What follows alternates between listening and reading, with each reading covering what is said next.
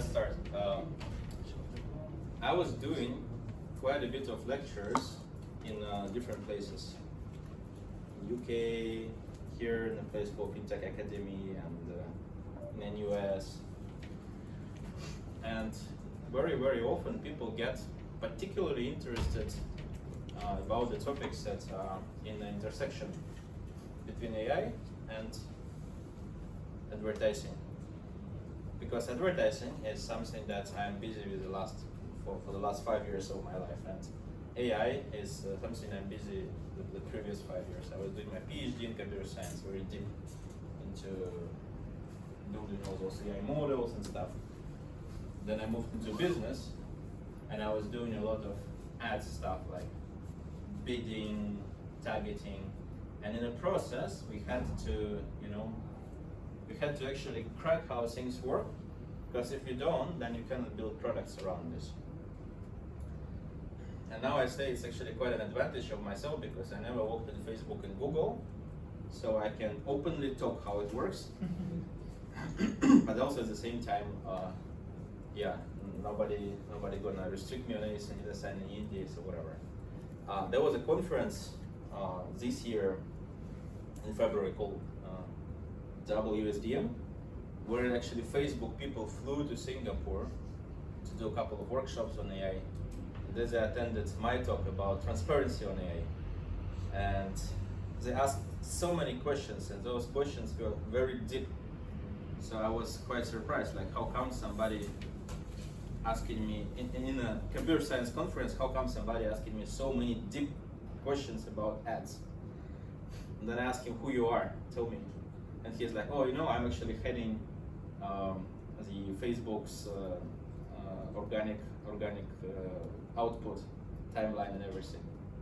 So these people who can, technically put any banner in front of everyone in the world for a few minutes till they will be shut and kicked out from the job. So very powerful. So they're actually in charge of those algorithms that work. And then I said, okay, since you're first Facebook, tell me where I was wrong.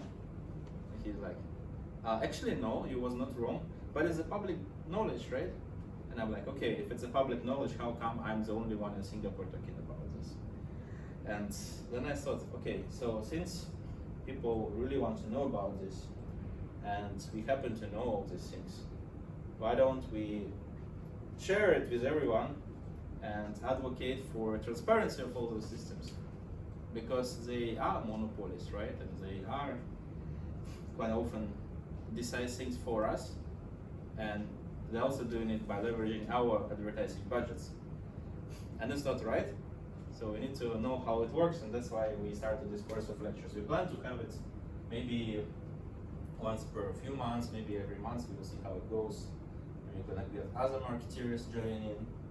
So we kind of want to build a community around this, about transparent advertising that brings value to advertisers, to the people who see the ads, and a little bit like balances this ecosystem. So so today we're gonna talk about AI stuff and how this AI applied in digital ads under the hood of Facebooks and Googles. So just for me a little bit to understand to which extent you guys are already familiar. So how many of you doing AI or know how AI works? Okay, that's good, because depending how deep you want to go.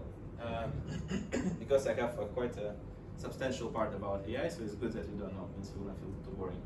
Okay, and how many of you running ads? Great. So that means we are quite good in finding the right audience for this. So first, how AI works. AI needs, generally computers, they need the data to be processed first.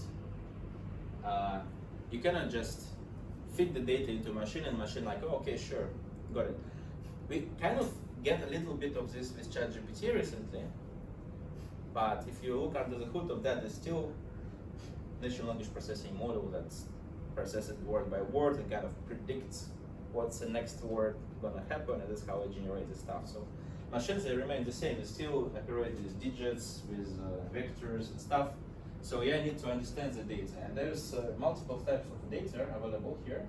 So one of them is, for example, you can present the data in the form of types of words that I used. So this just one way of doing it. For example, you can look at different types of words, different types of people are using, and the guy called Pennebecker, he was on the previous slide. He kind of figure out the things that if I'm a leader, then I tend to use word we few times more often as compared to if I'm a follower. So followers say I, leaders say we, for example. And this is an obvious thing that we could kind of guess, right? But when working on our research back in university, we were figuring out things like fat people tend to make more grammatical mistakes. Tell me why fat people might make more grammatical mistakes. I don't know. Is that the fingers are too fat? You cannot hit it. Yes, yeah, you have an idea. Well, what's the reason? I thought it was a big. Yeah, so the reason is because both grammatical mistake and high BMI are correlated with your level of discipline. Those two things are both indicators that you are not too disciplined. Yeah, so and this kind of relationships they can get from data when you represent data in this way, like a dictionary. So you can extract some topics. For example, it's called Latin topic modeling. We, as a computer scientist, we're quite deep in it, but just treat it as a thing that figure out what are the topics the text is talking about. And every text has words. You can calculate the distribution of documents across the topics and the distribution of each topic across the words. So topics are distributed by, represented by words, and documents are represented by topics. Now, if you take lots and lots of documents, and you see how well they're distributed between different types of topics, you'll find that some documents are very much yellow, where yellow, let's say, science. And some other documents will be very much purple, where purple is about some life, organism, and all these kind of things. So this also helps computer to understand the data, the textual data, because it's no longer just blah blah blah something. It is a vector of topics or different types of words, or even the words themselves. So computer now working with words, and therefore computer can understand the stuff. So this is quite an important concept. But how about images, right? Our data is our world is very visual. So how do we deal with images? Actually, there's also a very simple way. Look at my face. I've got a cap. Actually, the color above my cap is very different from under my cap, and it's also different from the background. So you can calculate the changes of the colors. We call it kind of gradients, right? So changes of directions, of color change, of intensity change. So those things are capable of describing every person in a very personal, any item, in a very unique way. And if you kind of rotate the picture, or zoom in or zoom out, it will still remain the same. And this is one way of representing the images. It's called SIFT, scale invariant feature transform. Quite old technology nowadays is neural networks and doing convolutions. Well, generally speaking, it's the same thing. You don't treat image as pixels. You treat image as patterns of changing of the color, or changing of the background, or changing of something else. And then you can use that to compare one face, for example, to another face. So you can compare two types of faces, and then you can tell whether it's the same person or not. In fact, facial recognition systems are trained exactly this way. You put a lot of faces of the same person, and then a lot of faces of different person, and you teach the machine, okay, this is the same guy, same guy, same guy, this is different guy, different guy, different guys. And the machine kind of able to figure out what are the same people, what are the different people. Every time when Facebook is asking you, is it you on the image? Do you think they're doing it because they want to, whatever, improve their service, or want to make you label your images easier? I don't think so, right? This is a training of the machine learning that is inside there, because when you explicitly say, yes, that's me, that's one more positive data sample that flies into the machine learning, and machine learning learns over time. Okay, oh good, that's the same guy. One more data set. Next time I'll be even better at recognizing you, even better selling you something, right, as a user. So these things are all for the reason, and then then you can build a feature. You can build something called bag of visual words. Before we were dealing with things called bag of words, now we can do bag of visual words, which are different patterns like the roof, the chimney, the eye, the window, etc. And then you can go deeper. You can figure out the so-called concepts. For example, like in the park here in Sentosa, you're gonna get stairs, tree, sky, statue, people. It's called concept learning. So if you can detect these kind of things and distribution of what is inside the image, then eventually you'll be able to figure out what the image is about. Think yourself, do you really need to see the image if you know that there is a Merlion, trees, stairs, and people into there? Actually, just the fact that there's Merlions there already tells you, okay, that must be either in a CBD or in Sentosa. Then, okay, stairs, probably both places. People, well, definitely both places. Okay, do we have lots of trees? Trees are only in Sentosa, not really on the Merlion Park. Okay, then it's Sentosa Park. So actually, computer doesn't need to know all the kind of stuff. They need these data representations to judge about different images. And there is big advantage of computers compared to humans. Computers are way faster and have much more memory. So over time, humans learn how to abstract, how to just focus on some very little detail or build an abstraction. And computers are doing it much more stupid way. They just have very fast processing power and memorize everything.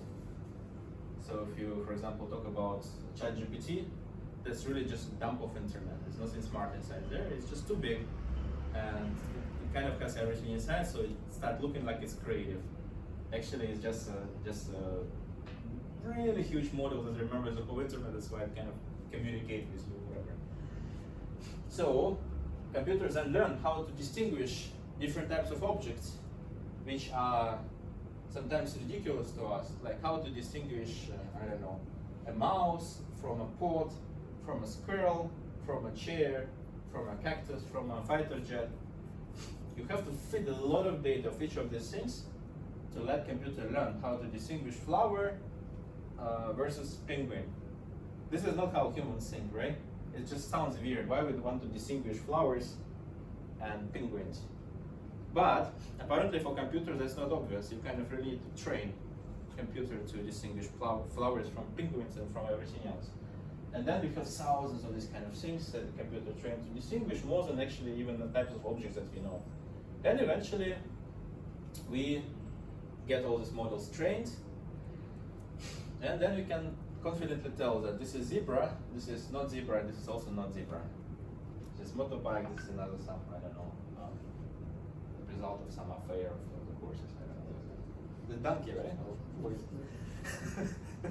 I don't know. Anyway, so eventually, when we represent the data, we also want to train machine learning models.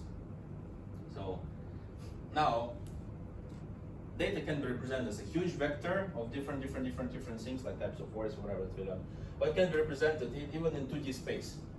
In fact, 2D space. Y and X. And the color means the label. So for example, we are trying to predict whether you are startup of Block71, like that, or you come here just for this lecture. And in a, let's say, x-axis will be the distance to your office location, and then the y-axis will be how much time you spent around here last week. Because you could spend time here but not be in a startup, or you could also have office location not here, but it could be a startup here, but most likely your office will be located somewhere in here, and you probably will be spending quite a bit of time in these offices.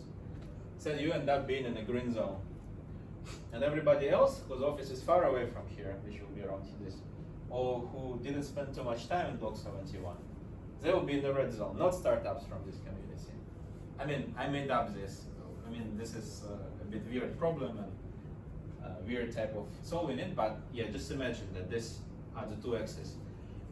So now we know which are startups and which are not startups.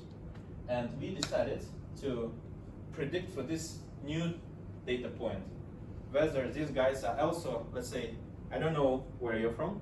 I want to predict whether you're a local startup or not. I'm gonna ask you how close you are to the people who are, I mean, I'm gonna ask you where is your office located. It will be here. And then I will be asking how much time you spent in Block71 last week. Then you end up being somewhere here. And then I see who your neighbors are. And most of your neighbors will be also green color, also startups here, your actual friends. Then I will make a decision, okay, you're most likely start up here as well, and I will be right because I know. But yeah, usually we don't know in advance, we want to predict. So this point will become also green. Then eventually, yeah, from the key nearest neighbors. And then, yeah, then we'll make a decision that you also start up, and next time you will participate in the next evaluation phase, right? So next time when we will be evaluating one more person, your neighbor, we will be able to leverage the knowledge about you to do a more precise prediction. So, for those who don't know what's AI, here you go, this AI. I mean, really, that's all. I tell you more. This is not just AI, this is like advanced one, because it learns. Like some people say, okay, machine learning is something that learns first and then predict. This one learns on the fly. Really almost Skynet from Terminator movie. Yeah? And the whole principle is as simple as this. Of course, neural networks that are used in different places and by big data companies are different, they're more advanced, they process billions of parameters like ChatGPT and all this. But the essence is the same. You know something in the past, then you're using that knowledge to predict something new, then you easily retrieve and incorporate that knowledge to do further predictions. And the key thing here is to measure the distance between one person to another person, because if I wouldn't know about him, where he's actually located, and how much time he spends in the office, no way I'm going to predict that he is from startup that is located in Block71. So this is our feature space, our data descriptors. And once I know, then I can predict. So it's also why very important to choose the right features for our problem. Because let's say, if I know his age and maybe his nationality, it won't help me. It will be some data, but not data useful to solve our task. This is AI, and this thing is very funny way used in different social networks and big data processing systems that we are facing. So what is this? This is a screenshot of Facebook after one of the breakdowns of Facebook. You know, sometimes the CDNs are not working, so they are like replacing the images with some captions. So these captions say, oh, this image has night, sky, and outdoor.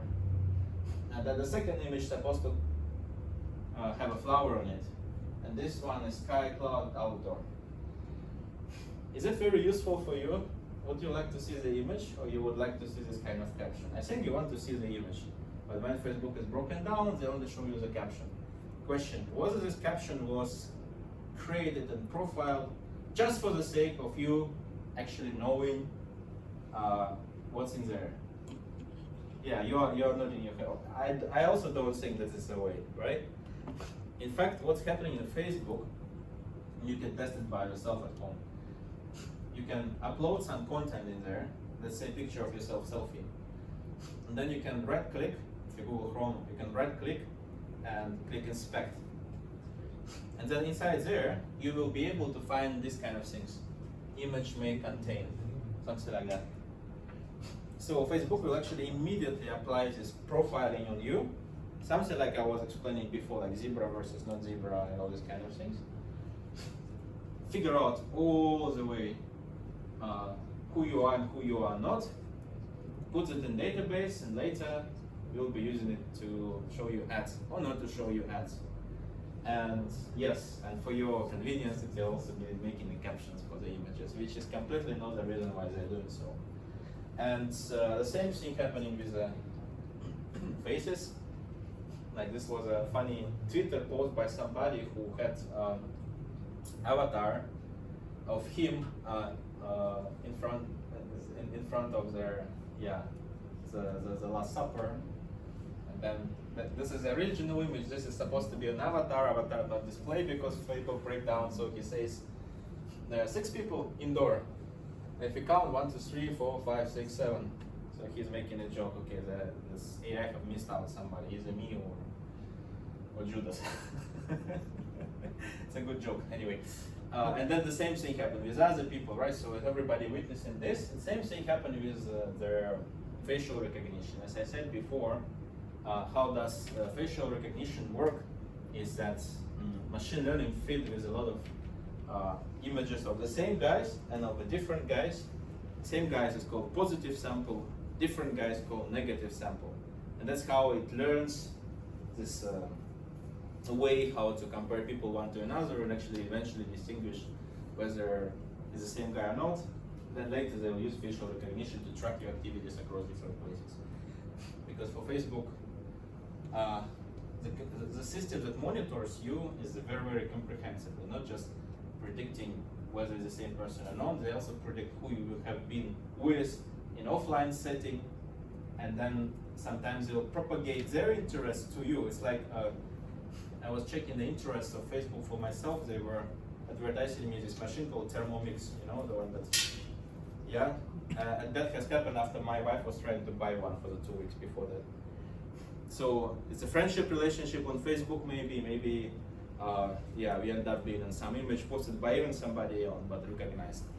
And also this is a website that you're browsing all the time, because websites have Facebook Pixel on it.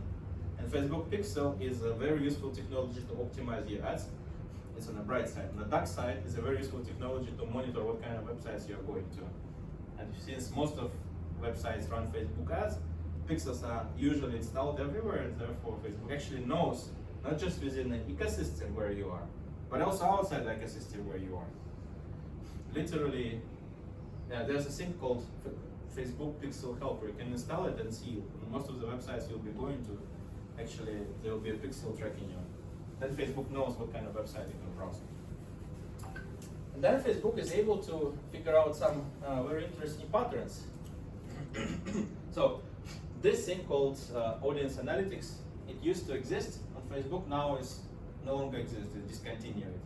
Well, Facebook usually discontinue all the good things that they create, and then only push for those that help them to improve their revenue. So here you can see that people very often exhibit a lot of, we call it long tail interests or whatever, personality traits about these people. So you can see, for example, that in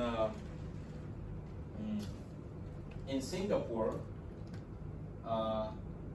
all gender, females from 18 to 30 years old, every time when they go Burger King, they are also very likely to go to women's clothes shops, shoe shops, websites, and news media, ice creams shops, right?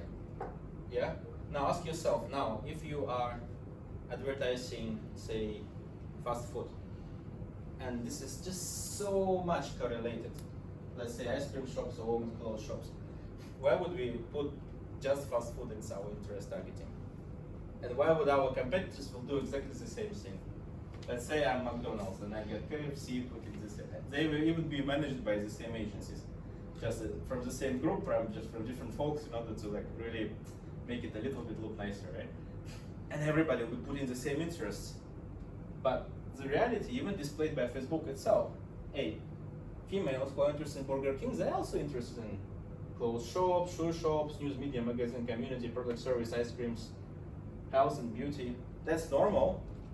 Yeah, if I eat burgers, it doesn't mean that I always eat burgers from morning to evening. I don't do anything else. However, the concept of targeting interest is just inverse. And the concept that the agency, anybody from the agency here, by the way, because I have to be, I know at least one, yeah? I have to be careful. Like all agencies except for yours, they are doing what? They are following the convenience pathway. And when they are running ads, for example, for reaching audience, they'll report to you, okay, you're a fast food brand, we run a rich awareness campaign for you, and surely all our interest targeting is related to fast food. But then the reality is there's such a huge community of everything else that are also going to fast food restaurants, right? But imagine how much bother it is to explain it to the client, especially if it's an MNC in the multiple levels. Why would I even bother? I will just do as it is, and this is partially the reason why I decided to start this kind of catch-ups. Because the way humans think is very, very, very different the way as compared to the way that machine is doing their jobs. If for me this meeting is casual catch-up of marketing interested people, for machine it's not more than screen, human, human, human, human, human, chair, chair, chair, and that's all. That's how computers see the world. But humans, then they sit in rooms with cigars and say, okay, let's run a campaign, let's make it really cool. What shall we do? What shall we target? Okay, that's good interest, let's do it. And then they put, and then it fail. And they're like, oh, what did I do wrong? Well, everything you did wrong, because you apply 30 years old marketing thinking into their AI systems like Facebook and Google have nothing to do with that. In fact, best marketers, in my opinion, are programmers and data analysts nowadays. And I have one person in the room who told me that he has an agency in marketing, and he only hires pharmacists recently to be his employees, because pharmacists are super attentive to details and they can actually run campaigns much better than those people who get a marketing degree from university. This is a real story. That's what he shared with me. So instead of doing this, where the guy who pays the most receives the impression of the burger ad, we can know somebody's person's psychographics, like this. Yeah, I'm known as a marketing person or AI person, but actually I like to play accordion, but nobody knows. But I'm so much excited about accordion as compared to this, because this one is my everyday job, and this one is something I do when I have a free time. So actually I'm much more likely to react on the ads related to accordion as compared to ads related to marketing. And then, following the same principle, we can save a lot of money and time by targeting ads through the psychographics of the people.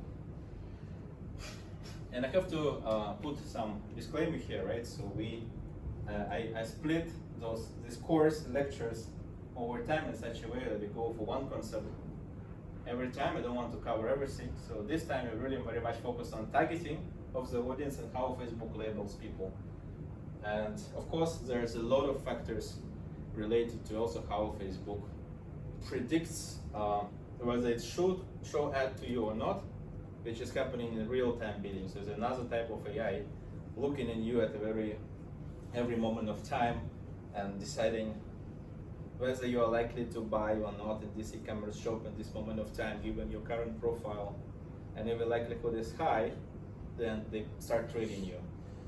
And if somebody is bidding for you, then they might make a decision. So there's a lot of art and optimizing ads in such a way that the right people see the right ads in the right time, and you're not overpaying for that.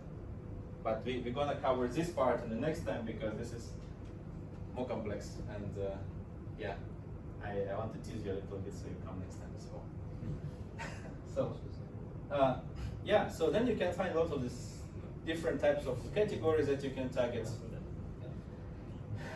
Yeah, and you are coming up with something called long tail ads targeting. So there were some marketers asking me. I was talking with my client in Malaysia, I guess, and I said, do you know what's long tail targeting is? And she told me, oh, long tail is because there are many keywords involved, so it's kind of long. Yeah, and it's not really that. Long tail is explained here. So you get this dinosaur, right? When it has a very long neck, means very expensive burger audience that everybody bidding for. And you get more specific categories like pastry, curry puff, Daisy Sudai, yeah, doesn't matter, something like that in the Singapore setting. And actually targeting those things is much easier and better, and you get greater audiences compared to targeting the burger itself. And there are many factors that affect ads costs apart from this. So those factors are listed here. I'm not gonna really go through in a very detail through those factors, but which one, yeah, I can cover maybe one or two. Which one is the one that you really want to understand better, how it works under the hood? Audience. Audience. Okay, yeah, so audience is one. I will cover that later when I show you a few examples of how companies doing that. But okay, sure, just go through. So audience is how you are getting those people, right? How do you figure out what are the actual true interests of those people that you want to address, not just like following those typical media planning kind of ways, yeah? How do you really understand what these people are interested about? So, and when you target the right audience, not right in terms of the keyword you put in, but right in terms of the actual desires, then this is definitely increase your ad performance, because these people are just more relevant. Your CTRs will increase, your conversion rates will increase. McDonald's in Thailand once mentioned that, hey, we really knew that this audience exists, but we completely don't know how to find it. Because when you buy new ads through reach and frequency or whatever way you usually do, I just cannot find those audiences that I want to find. And that was an issue for them. And then they end up figuring out that actually the audience that binds them in Thailand is the office workers who are close to McDonald's because their offices are in the CBD area, and also at the same time can pay for McDonald's, because apparently in Thailand McDonald's considered to be a little luxury food, and it is more expensive than the street food that you can always want to get, but would be very different for, say, US or even Singapore, yeah? So how to figure out those things in psychographics is quite an issue. Another one will be, of course, objective. So objective, really big topic. I'll cover it next time. But generally speaking, there's one thing you need to understand. How many of you know that choosing the right objective actually helps you or restricts you a lot from achieving your achieving your goals on digital? For example, selling better. Do you know that if you choose objective traffic or objective sales, that gives you very, very different sales numbers? You understand this? Who have come across this in your ads? Yes. Funny thing is that in Asia, agencies still keep running traffic ads and then telling their clients that traffic is good. You see, this is your results. In fact, just one single action, change objective, results can be 3 times better straight away, but they will never do it. Because, yeah, why would I bother, right? So objective is very important, and objective particularly is the selection of machine learning model under the hood of Facebook that you want to use. Yes, so there's many machine learning models trained at the same time. One model is trained to predict engagements. I'm really good in finding people who are gonna like. Another one is trained to predict clickers or landing page viewers, those people who really open the page and really load it fully and start browsing it. There is another model that is really good in, say, predicting lead generation. And there is another model that is good in predicting purchases with a high ROI, which is called ROAS in digital ads, right? So these models, they are independent. If the model is very good in predicting, say, clickers, most likely this model will be quite bad in predicting people who will be your leads or will be your sales. And also, if the model is very good in predicting people who are gonna like your ad, it's actually quite likely that the same model is quite bad in predicting those people who actually click your ad and will go to watch your landing page. Because it's AI, it's not humans. AI is trained to do, in quite a stupid way, trained to do one thing. So if you tell her that these guys are gonna click, then it will really train how to predict this click, and it doesn't care that it won't bring you any sales. But for sure, clicks will be cheaper, 100%. Then you would say, okay, why don't we just always choose conversions? And this is another thing. Those people who are gonna buy, there's a much smaller pool of people. Most people actually not gonna buy, especially if your product is not very common, so that Facebook haven't seen so much of your product before. So they even don't know how to compare one product to another. Remember the features, how we compare one thing to another. They don't even have that much data to learn from. Okay, then maybe you will need to, we call it, run a higher funnel types of objectives, so that we teach the Facebook how to do the certain, how to drive the traffic first, then later over time through remarketing or through performance ads we can drive the performance things. So always reflect on your objectives. Yes. Meaning, Yes. if you're a new kid on the block, so you want to build first brand awareness, and then understand how you're gonna configure the sales or leads or traffic, whatever. So this is the first thing you need to decide on. Of course, and this is traditional media planning, right? How we have our funnel, we want to build awareness, and we build the traffic to a properly set up a landing page that educate our customer, which we eventually might convert through our conversion objectives. Yes, sure. There's two problems here. First, people know this, they're deployed, but they run into the same landing page in the same way, and just in a very not in-depth kind of thought manner. And the second problem is, what is awareness? What's the point of view for you to know that lots and lots of people have seen your ad and you just optimize for the cost of showing the ad? Maybe those people will be ever even interested in your product at all. So I think, and this is my personal opinion, right?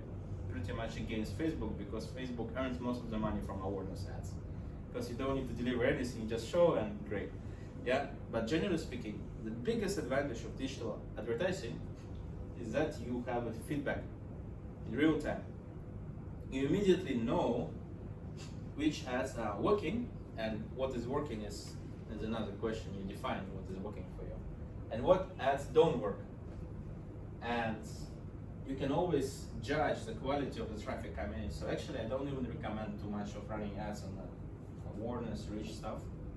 I would say something that starts really making sense is the traffic and below, because at least you know what the type of traffic is there. So many of our partners, they switch from rich to traffic, because at least you can see how many people really clicked, who people have seen, what is the CTRs, what is the really landing page loads, how much they did it. But there are different opinions about this. So yeah, so I agree with you. I have a follow-up question though. What's the difference regarding Facebook between a campaign of brand awareness and reach? not too much different. They're pretty much the same. Because in both campaigns, these guys are optimizing for just buying traffic as cheap as possible. And usually as cheap as possible traffic usually means not very high quality traffic. So it's like you're gonna get to, like, especially if you don't put too much budgets on it. Like running rich ads with a little budget completely doesn't make any sense. At least if you cover whole Singapore, then yeah, you would also get those people who are relevant to you. But if you're like a small budget, just because somebody told you that you have to do it because the funnel looks like this way, you shouldn't do this. So it's like Block71 gets a really great event, and there were a lot of food left, like some a little bit half-bite pizza there, and then a few cakes. Some of them were on the floor already, so just put them back. Yeah, and then you come in with your rich campaign, grab all this and say, yes, I put my ad in front of lots of, I mean, it could be a lot of food in terms of kg, right? but all the right pizzas and the most tasty cakes will be eaten before you come. At least if you run traffic ads, at least you have chance to, like take the whole tray of the cakes and bring with you, kind of. I mean, I'm not sure whether this is a good, is a good comparison, but winning an auction in digital means that you were able to pay more than others for your audience. So when you want to run awareness and reach ads, you are optimizing Facebook to pay as least as possible. Means all the high quality audience is already bought by somebody else, and you're just getting a cheap, strange kind of people. So if you run a lot of money into this, and most likely over time you're gonna buy a whole audience here and there, and then awareness would make sense. But if you run small budgets, you're gonna just get the some not so good audiences, and you're just gonna waste your money. But when you optimize for clicks and landing page views, at least you can measure your traffic quality. If you see it's not good enough, you just stop this activity. You can try something else. Digital is all about continuous measurement. In Asia, I've got clients who make one ad and run it for half a year. And sometimes they put a lot of budget into it, if you're a bigger brand. And they say, oh, but my process is so complicated, I have to prove it here and here and here. Sometimes they say, oh, my HQ give it to me. Actually, I cannot change anything.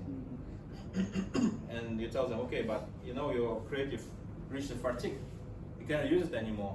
And they're like, oh, to get a new creative, I have to request there and there and there. So maybe after 2 months, you're gonna get it. And then for me, it's just so funny to listen to this, because I get some other folks who also work with us in US. And they're like, okay, I've got 5 or 6 funnels to test this week, which is roughly 40 creatives. And each of these 40 creatives have its own website, landing pages they're testing. Inside the landing page, there's a micro demo of the product itself. It's usually a digital product, like an app or game. And then, okay, we run, okay, this works, this doesn't work. Okay, switch, relocate, within 2-3 days. And they're spending millions of dollars, and at the same time, Facebook person comes to you and a phone call, say, with a blueprint and say, okay, your ads must finish the learning phase. If your ad haven't finished learning phase, then you cannot switch it off. Of course, if you switch it off, they wouldn't get the revenue, so you shouldn't switch off your ad, even you see it doesn't work. Else, this learning phase is a great thing, because reaching it means get 70 events in one ad set. Means you have to, wait for sometimes a week, depending on your product. And till you reach that, Facebook tells you, I'm not responsible for your results. And when you reach that, they tell you, oh, your creative is too old, you have to change. Change creative, okay, learning phase starts from the very beginning. Amazing idea. I think this is one of the best Facebook creation in the business sense. You're kind of never responsible for anything and just charging everyone all the time. So the time of the day, yeah, different time, different auction, different number of people browsing their phones when they go back home, browsing their phones, so this Facebook start trading you. Also, more brands start advertising at the same time, so you're gonna get different results. The placement, the way you put your ad in, and relevance score. So relevance score is a funny thing. Relevance score is actually the key decision, is a key factor that defines the price of your ad, and it's 100% defined by Facebook. So in fact, the price of your ad is defined by Facebook 100% in any occasion, wherever you do. So those who run a lot of ads, you probably know that something like, oh, your ads are doing so well, 1 week, 2 weeks, yeah, great. And then suddenly, oh, 3 times more expensive. You're like, what happened? Nothing happened. Facebook is saying everything is great. And then this happened for 2 weeks. Your ads like really bad, then going back good again. What happened? Oh, well, we know that Facebook actually updates, roll out the new updates all the time of the targeting, of the remapping of their audiences, and they also need to update their machine learning models. Machine learning models, when they don't have too much data, they don't do predictions correctly. They try to evaluate whether you are likely to be a burger, buy a burger, but actually you only after 2 weeks Facebook will really figure out that actually you're not interested. through your money, through the money of the advertisers. Advertisers actually paying Facebook to let it train its own models of who is reacting on what. And you cannot do anything because it's a monopoly, right? Well, Google is another one, but Google is a different type of channel. You're using Google to get your warm traffic usually, right? Those who already consider your product. So we hope that TikTok will grow fast and it will balance the whole. But right now in Asia, it's nowhere close, right? So we still. So what this thing shows is that the more relevant product to your targeting, to your copy, the higher likely you get a higher score. But yeah, we know that it's not always how it works. And then a lot of things, a lot of factors we cannot affect, right? The target audience we cannot affect, or we cannot affect the relevance score. So now I'm gonna tell you how we do it in Somin, okay? But you can do this by yourself as well. I really don't want you to look at it as me trying to sell anything. I want you to look at this as the whole concept. As the whole concept, the things are very different because I do have clients who already were doing this when I came, but usually those guys are A/B testing things, as I say, 40 creatives, 7 funnels. They come up with those ideas by themselves. One funny example was an app was selling fortune telling services, like I'm gonna tell, like palm reading. You scan and you get your future. They spend like from few $100,000 to $1 million per month on Facebook ads. And one of the most high performing interests for them was called newlywed and dog food. That was driving the best leads for palm reading. And then somebody in Singapore spending like $5,000 per month and say, okay, let's build a proper funnel and put all my interest targeting inside and just like make it proper. And somebody else in US targeting newlywed and dog food to sell a palm reading app and earning lots of money from digital by doing so. This is the world we are living in. Yeah, so we can think about psychographics, and psychographics is something very nice because we might know about this lady much more and compared to data in our CRM, and if she's our persona, we can target her better. So the way we were doing it in our company, again, you can do it by yourself as well. You can try to study your audience and really figure out what else they're interested in, because they're interested in so many more things. Like a Burger King people were very much interested in, for example, ice cream shops or female clothes. In banking is the same thing. If I have a credit card, does it mean that I'm like meditating on credit cards day and night? No, I just get one everybody needs, and then I go to my ice cream shop and then the Burger King to use this credit cards there. Then why would you target credit cards when trying to sell credit cards? Yeah, so in the second step, we were analyzing this audience just like how I explained to you. Detecting all those concepts and figuring out what is the actual interest of the people. Then try to figure out those interests that are less competitive. On Google, you can do it in the Google itself. It actually estimates the competition of keywords. On Meta, you cannot really do it, but you can predict it, and then you can test, quickly see which works, which doesn't work, and only fit the budgets with all that works, like a dog food and these kind of things. And then you have to optimize it, right? So there's many bidding platforms available. You can get just a really smart performance marketer who know how to optimize ads. In Asia, one of the biggest problems is people don't know what to look at when they're optimizing their ads. When you don't have conversions, you just say, okay, no conversions, what should I do? But actually, if you look into your data, you'll see so many proxy metrics. Sometimes your conversion get 2 times higher because your conversion rate dropped, but your CPM remains the same, means you're still buying ads at the same price. And also your CTR remains the same, means people are still equally interested. So that means what? Means Facebook updated something, and therefore the internal machine learning model of Facebook don't show ads to right people. Or sometimes your CTR is the same, CPM is the same, but let's say your cost per landing page view get twice higher, means half of the people no longer loading your landing page anymore. And you're like, okay, And then you go to the technical team and say, guys, did you update landing page or something? And they're like, yeah, we did. Yeah, so my ad became 2 times worse because half of the people even don't load it. They just don't like it because in this area, internet is not very good for something like this, right? So if the people in your team understand all these things, which makes them pretty much almost like a data analyst and a marketers, then actually you can do very good ads without any platform, without anything. If you don't have, then yeah, then you might need to find a performance agency, put some software in place and whatever. So, yes, so a couple of examples. This one is Huawei. So we found 360 audiences. They were originally using 11. This is very typical situation. Those 11 audiences were something like mobile phones, websites, historical purchases or something like this. Cannot show you the real numbers. They're in millions, but whatever. So then we run twice more budgets, and this is confused. Then we get more than 50% more purchase value and much higher ROAS by targeting all those psychographics of the people.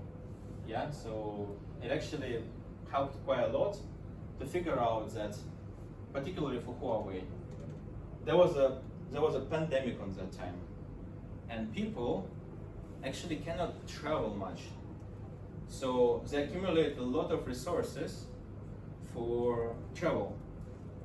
And when you target through different kind of beach type of interest, like a beach ball games, travel packages, to sell phones, it actually increased the chance of selling phones because people were pretty much interested to buy a new device for their new travel after the lockdown has been released. How do you figure out those kind of things? It's very dynamic, and sometimes behavior of the people is very dynamic as well. So if you have a really big A/B test to test all these kind of things, then eventually you are able to do a better job. So, so get a high conversion value. Okay, this is ROAS distribution, how many ad sets we used, just to show that usually when you run the A/B test, you run a lot of ads. Yes? I just want to clarify one thing that you present. Meaning, like 360 different target audience, which you have like personas, right? We call it AI personas. They could consist of newlywed and pet food and just work for some reason, as compared to something that should work but doesn't. So you compare like 360 to 11 traditional way of interest. Yes. Right? Yeah. But apparently, part of this 360 were already the 11 that we already choose. I know we usually don't intersect them. Otherwise, it's very hard to conclude anything from the test. Okay, honestly speaking, both of these groups could be mapped to the same person. So you still cannot completely eliminate it. But if you don't overlap the interests, it's already much better thing to do. Yeah, so we got this swimming suit. So people are much more likely to convert in e-commerce for Huawei if they have a swimming suit there. And this were the interests that correlates with conversion rate the most. So yeah, so to sell phones at that time, you should target swimming suits.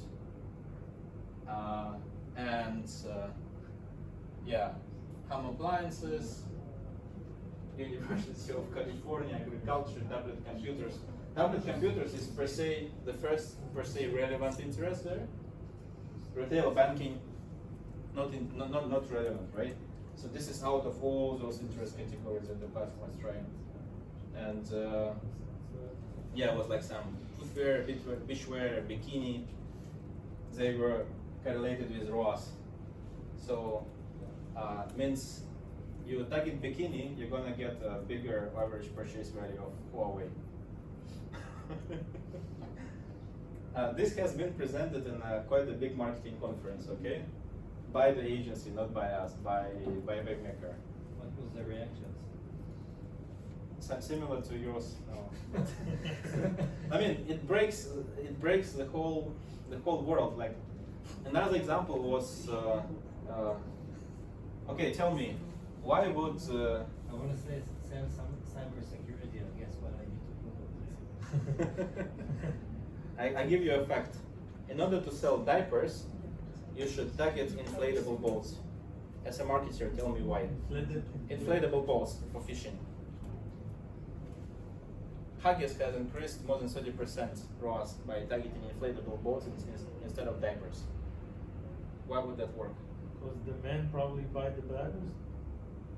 So those marketers with experience, they always jump back and say, of course I know, there was a very famous whiskey example, right? When you put whiskey and diapers nearby a supermarket because fathers tend to buy whiskey when they get a newborn.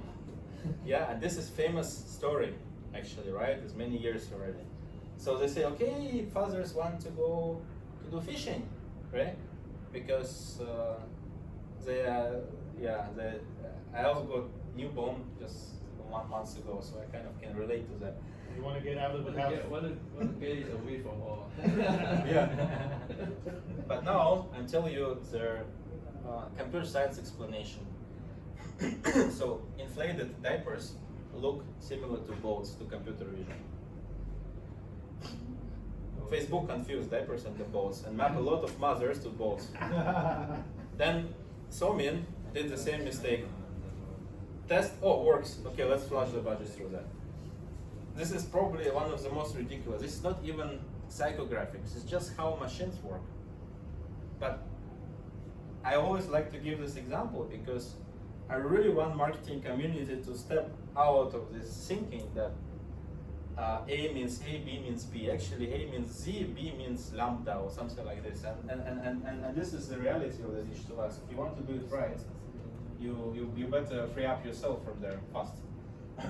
So for Citibank, kind of similar thing, right?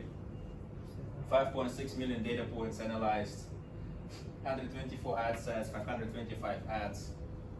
One of the best audiences, audience 30, audience 28, audience 33.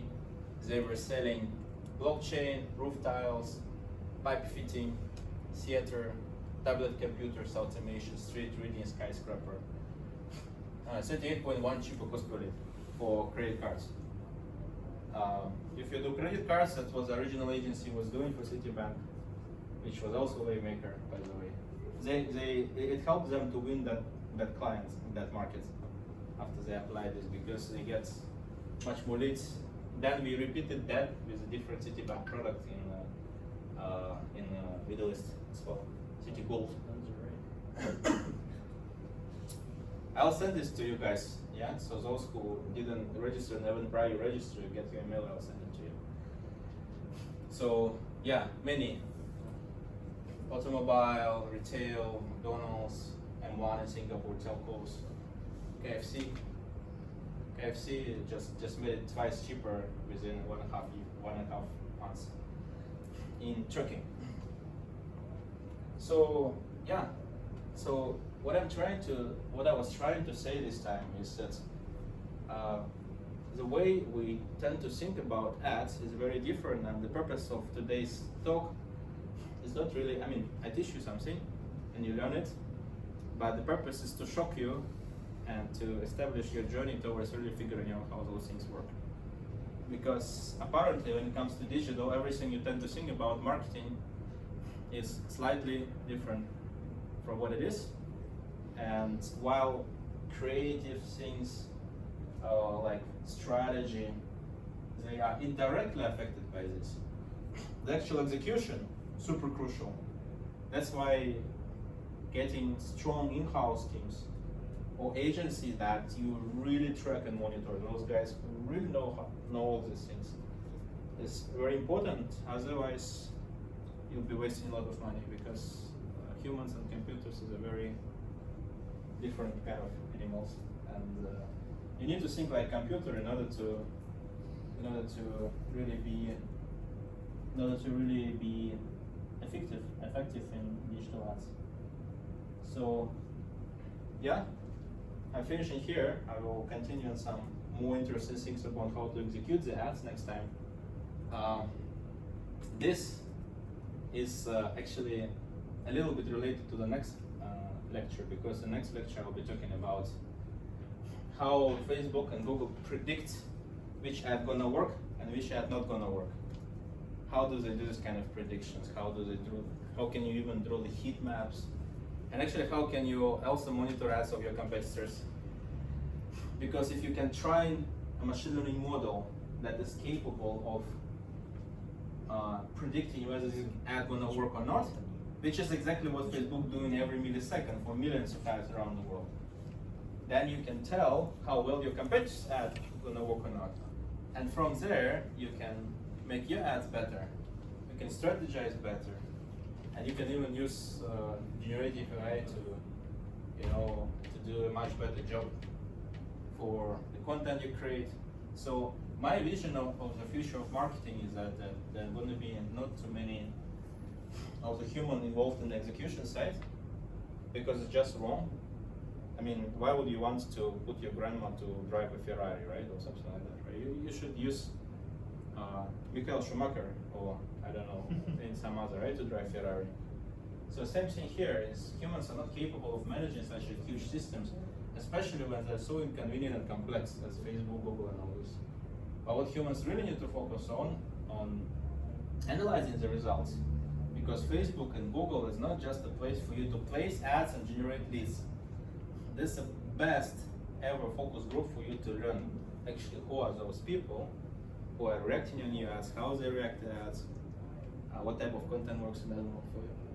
And me, being a data scientist originally and AI professor, I really advocate for that, because I think this is a way how we can make this thing much more efficient and also make the ads more relevant, so people will be annoyed by what you're pushing to them. So you can try the tool we just developed. We don't sell it. So this thing, the one on the video, you can just scan and put your competitors in and see whether it's capable of predicting which works, what doesn't work for your competitors. This is a free tool at the moment, at least. Okay, so any questions? Anything else? Thanks for the questions you have asked. Yes. You made it seem very simple how you had 11 traditional and then 368. Yeah. How do you go about getting those psychographic insights? How the way I have explained it in the very beginning, right? So you've got your audiences that follow the brand, and you also get the audiences that follow the competitors. So you can use computer vision to predict what those people are interested in. And then if you see that over a huge population, few millions of people, there's always dog food and newlyweds there, then okay, means you should sell apps through that. I mean more practically, how do you get access to that information or data? There are The concept I understand. Yeah, so there are many tools, right? On Google, for example, you have keywords research tool. That thing tells you what people are interested in, what they're bidding in, and what else they're interested in. So actually, you can use Google keyword research tool to do Facebook targeting, and vice versa. This one way, yeah. There are specialized platform for this. I mean, our platform particularly doing that, but that's for enterprise, right? So those who have a bigger budget usually. You can even use a search bar in Google, because it always autocomplete your query. You type something, it will give you 10, 20, or 30 things that people are also interested if you're attacking this. You used to have for Facebook audience analytics tool, but sorry, no longer. They took away. Very irritating. I think Facebook would also took away the ads library if they could. Yeah, but Because of transparency, they have to put it. they have to put it, and for Google they also put. You notice they never advertise it. They never say, "Hey, figure out what the brands are targeting at you. Go to ads library." Why don't they tell everyone? They put it there, and they never ever tell you about this thing exists. Luckily, we can build this kind of software, right? So we put large language models and Facebook as library together, so we get a whole library content and explain what kind of brand related to what kind of audience, what kind of customer needs they push for, what kind of topic categories they push through. Then you can have a much better idea of what your competitors are doing, what works for them. And if certain ads are working for them because it's predicted, then you can pass it to your creative team and say, okay guys, something like this is something that works for my competitor at this point of time. Why don't we do something like this as well? And then you start doing it in much more healthier fashion in a sense. So we believe that every single step can be automated here, right? Targeting can be automated, optimization of the ads can be automated, decision making and planning can be automated as well. In fact, Facebook already did it, just they just didn't give you access to it. And creative can be automated. In fact, copy generation already can be automated by many platforms like copy.ai and ChatGPT itself. And we also have Facebook working hard on image and video generation automatically as well. Maybe for not for enterprise, because you have to go through compliance, brand books and stuff, but at least for SMEs. So they hire 30 people in the beginning of this year just for image and video generation technology on Facebook. And I think maybe by the end of the year they will release something where you can generate it. Yes? Okay. Hi, my name is Frederick. I'm actually a AI expert, kind of.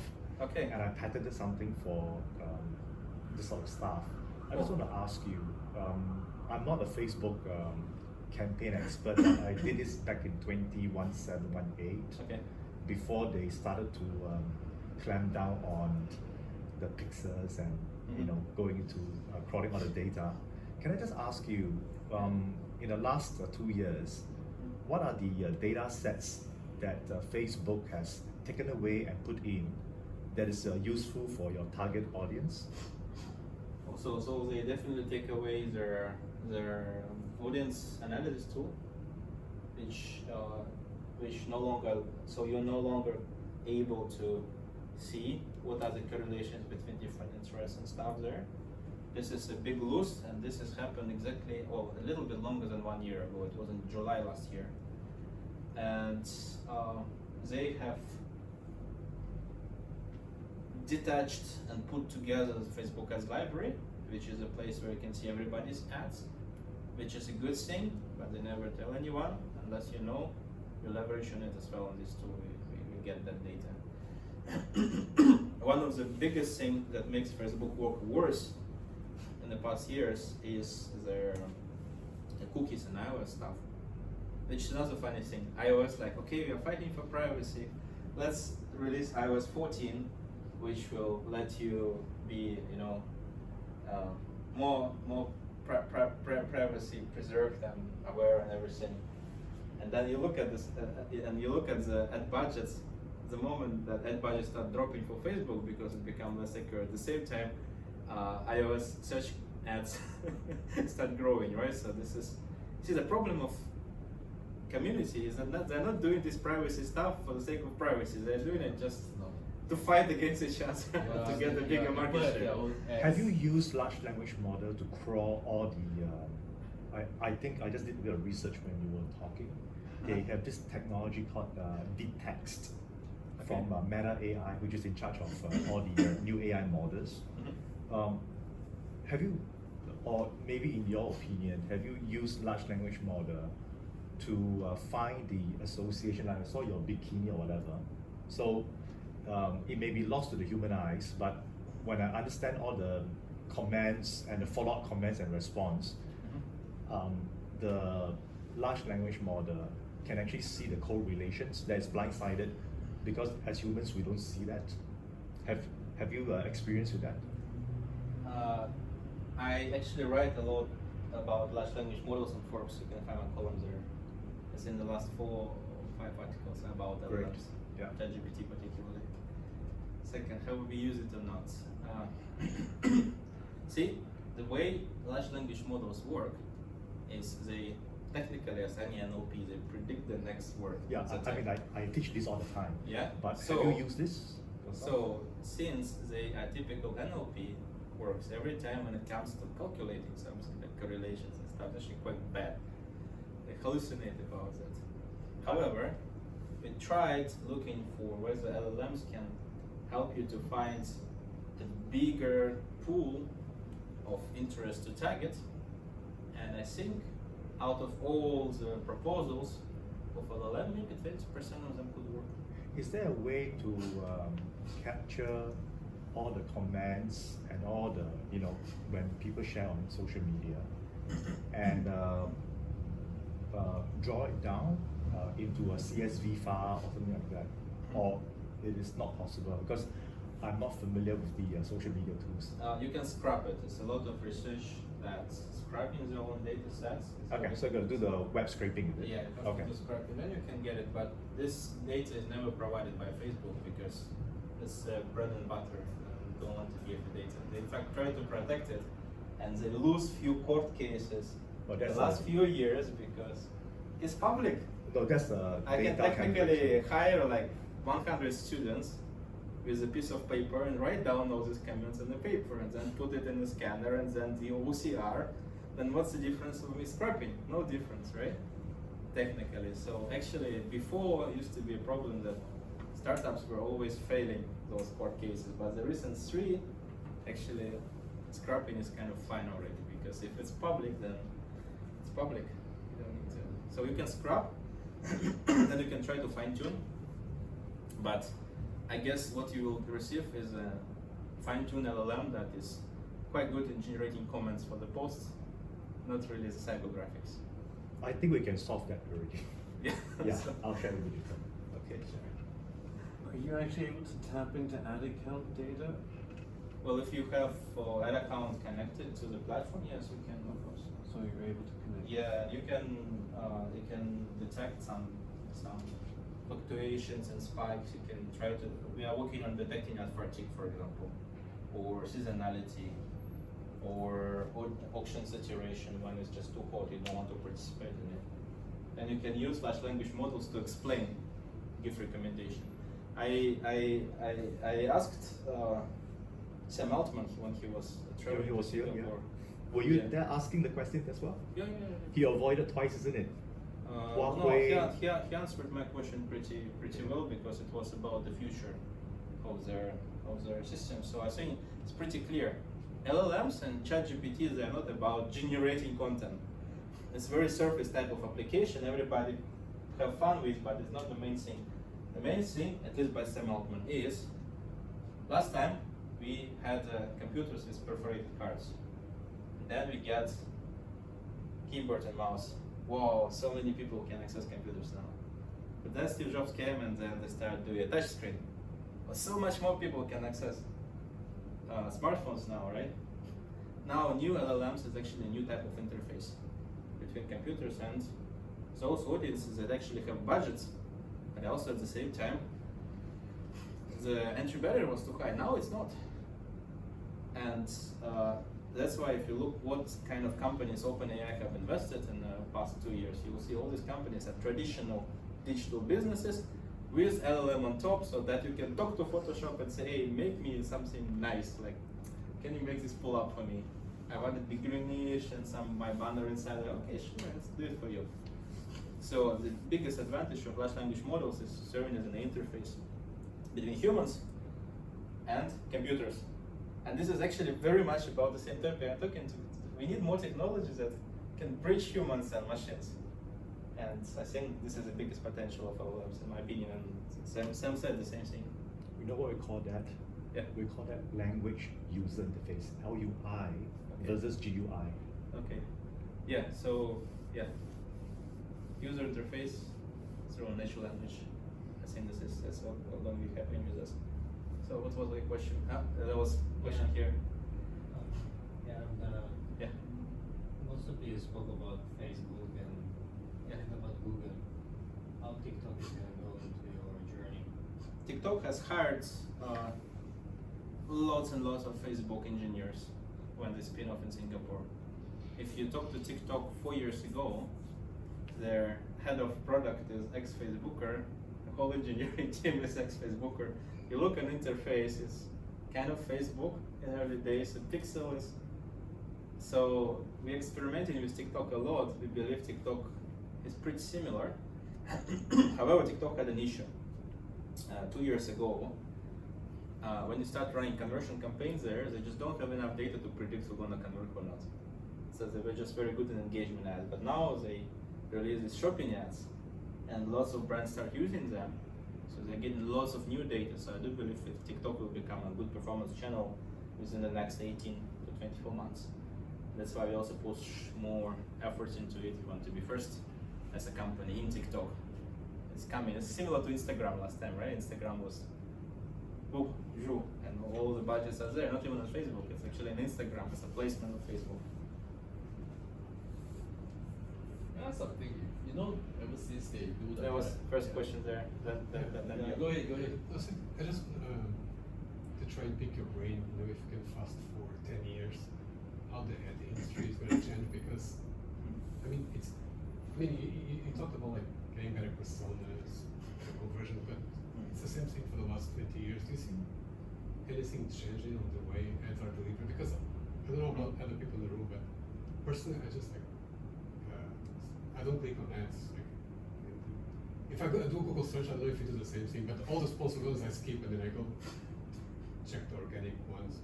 So do you see any, like, how can AI really? Don't forget that you're a perfect sample of a size of 1. Yeah. Yeah. Those So maybe businesses just wouldn't me. exist. Maybe just me. So Most people here are weird ones, to be honest. They are not a very good representative sample of those people who are clicking ads. But what was 20 years ago is that there was not too much programmatic infrastructure there. In fact, Google has patented their profiling just about 15 to 20 years ago. Before that, ads were served like same as banners on the street. I just push it to some people, get amount of impressions, you pay for that, you are done. Line, just 5 years ago, Line is messenger from Never. In Taiwan and Japan, just 4 years ago, they were doing this. They didn't have any programmatic bidding or whatever. Yes, that was a drastic change from just showing ad, which was really good for agencies because they don't need to do anything and just build relationships, same as TV, same thing, to making super dynamic, transparent, and all this was the biggest change in the last 20 years. What's going to happen in the next, not 20, but I think few years, is the agencies who are rejecting to transform will get a hard time continuing in business, because you can see that in Europe and US already. There's a lot of strong in-house teams are built because revenues from digital are getting bigger and bigger, and as COVID has accelerated that. So since revenues from digital are getting bigger, if you spend a lot of money on ads, it doesn't make sense for you to do it on the agency. You want to do it really well by yourself. New generation of marketers are growing. They are really, really much deeper into calculating things compared to the dinosaurs. Yeah, so they slowly start doing things differently. And therefore, over time, agencies, in my opinion, they will start taking more like data consultancy roles. Like, I'm an agency, I have all the tools, I'm really good in using it, I'm gonna just plug in all this infrastructure into what you have, and you're gonna be more efficient. I'm gonna empower your team. Those agencies who say, I'll do everything for you and sell you an Excel spreadsheet, they will work for a while because of the global contracts, relationships and stuff, but this thing unavoidably die, in my opinion, because it's just, I mean, you can have a car or a space shuttle. What's the point to ride a bicycle or run, right? And these things say, you want it or don't want it, it will not change. You have to just either be with it and direct it, or it's like, you know, a good example, the chimney cleaner. The last one lost his job, I think in 70s or 80s in London. He was a really, really good chimney cleaner, but nobody is using chimneys anymore, right? So even if you are really good in those kind of communication, politics, plan management, over time you have to get new skills. I think the biggest change will be on the shift from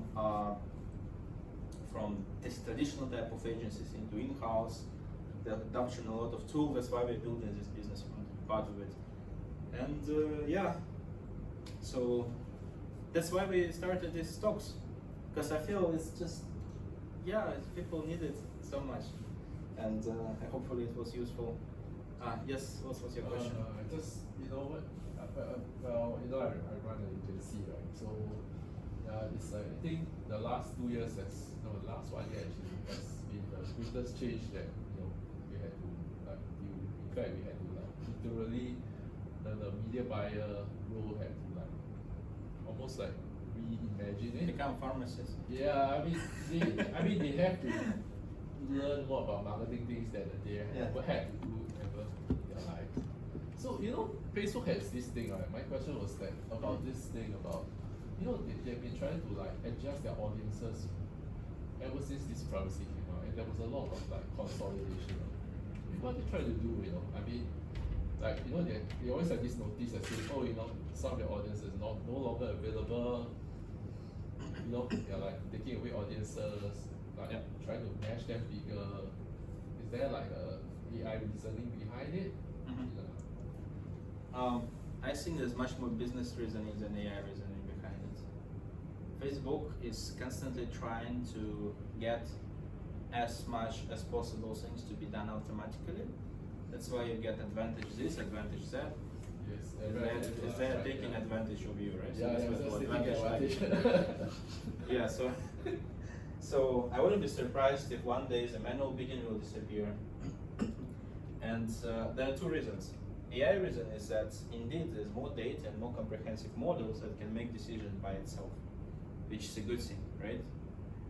Bad thing is if those models make wrong decisions, you don't really have any leverage to control it by yourself. So you'll have to fully rely on a pretty much monopolistic company, and you wouldn't have really a second option to do it. There is even a rumor that there will be a lot of this federated learning and employed in Facebooks and Googles, where advertisers will train the mini models on their side, on their data, and then they upload it into Facebook, which I assume will reduce a lot of computational resource for them, and improve the ads. So it's like advertisers will be training machine learning models for Facebook, and Facebook will plug it in and choose based on that model who to show ad, who not to show ad. So it's very automated, and the reason why they reduce targeting is because they don't want you to choose too much, and because it's much harder for them to maintain, right? So small audience, you have to have a model about this audience. You have to deal with the auction, and also small audience nobody targets, so you're gonna get smaller CPMs. Why would you? You'd rather consolidate all together and decide CPMs by yourself, so you can get higher price per ad. And you have to agree with it, and your clients as well. Yeah.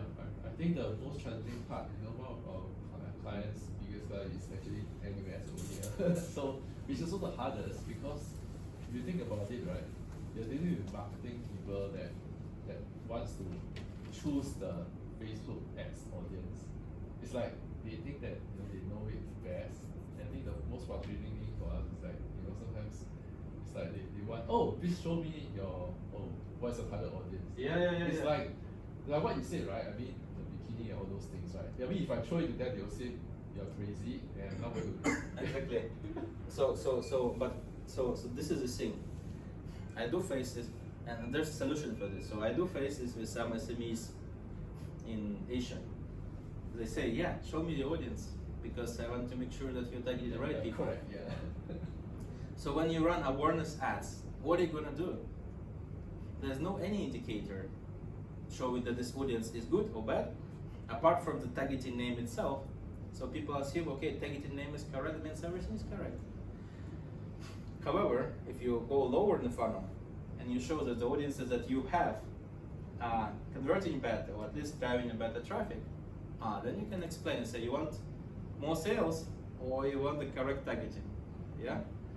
So in fact, this is what we did with some of our partners. They had the sales departments come in and saying this, show me your audience, do it right. Then if you establish a proper infrastructure that shows that conversions are happening when you're doing it the way you discover as compared to right, then people will be their own business enemies if they wouldn't follow what you say. But if you run awareness ads, as one little example, what PepsiCo did. So they were running micro focus groups. They were showing ads to these focus groups and to everyone. and then they were trying to overlap how many people from the focus group actually have seen the ad through those offline targeting. The platform called Tiburon. This way, they kind of were validating how much their awareness ads actually hitting the right audience. But it's PepsiCo, right? How can you expect it from Chicken Rice Private Limited? Cannot, right? Cannot. So they will be the one wasting their money, which is what we want to fight against. Yes? I have a question, Hannes. Because you're kind Oh, look at me. almost, Sorry. you're almost raising your hand. No, I just. But can I just ask you, since you talked to me, have you heard of Meta segment anything model? Segment anything? Yeah. No, I haven't heard about it. What is it? You can actually Google for it. They came up with it's a foundation model for images. Okay. Yeah, they are pretty. So it's not the meta that is used in the meta ads. This is a. It is. It's a model that is one of the embeddings, right? That they're No, using. it's actually the meta ads itself.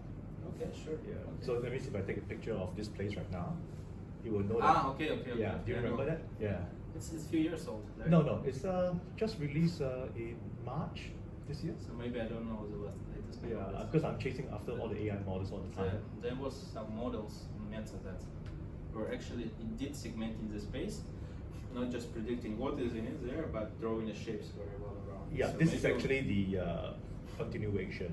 Yeah, so maybe this is one of the iterations. Yeah. Sure. So you have not heard of it being used yet, is it? I think they have lots of models, and I have a data science team who work on it all the time. It's still not inside the placement, the app Now you placement. cannot tell it. You don't know what exactly they're using. But I would assume that not, because the heavier the model, the harder to apply it on billions of the impressions that they're serving. So if you look at Amazon's, Rakuten's, what they're using is something super simple. Because once you want to scale it, it becomes very hard for you to do it fast enough, and your user experience will suffer from that. Like Rakuten was using collaborative filtering to No, they recommend were, their data just 2 years from ago. the foundation model. I think likely, let's say I want to advertise projectors, I'll take a small model out of it, so that I keep it within my domain, because I don't sell furnitures. So whenever somebody take a picture of a room or Best Denki and then they see a projector, I think that's where my ads will appear. I do not compete with the rest of the world. Right. They do it either via fine tuning or by just localizing this through hashes, but this is really too technical, okay? Oh, You can discuss that later. No worries. Okay, thank you very much. All come for the next one as well. We try to make this use some cadence over time so that you can just discuss together. I'll try to get some new people as well. Thank you.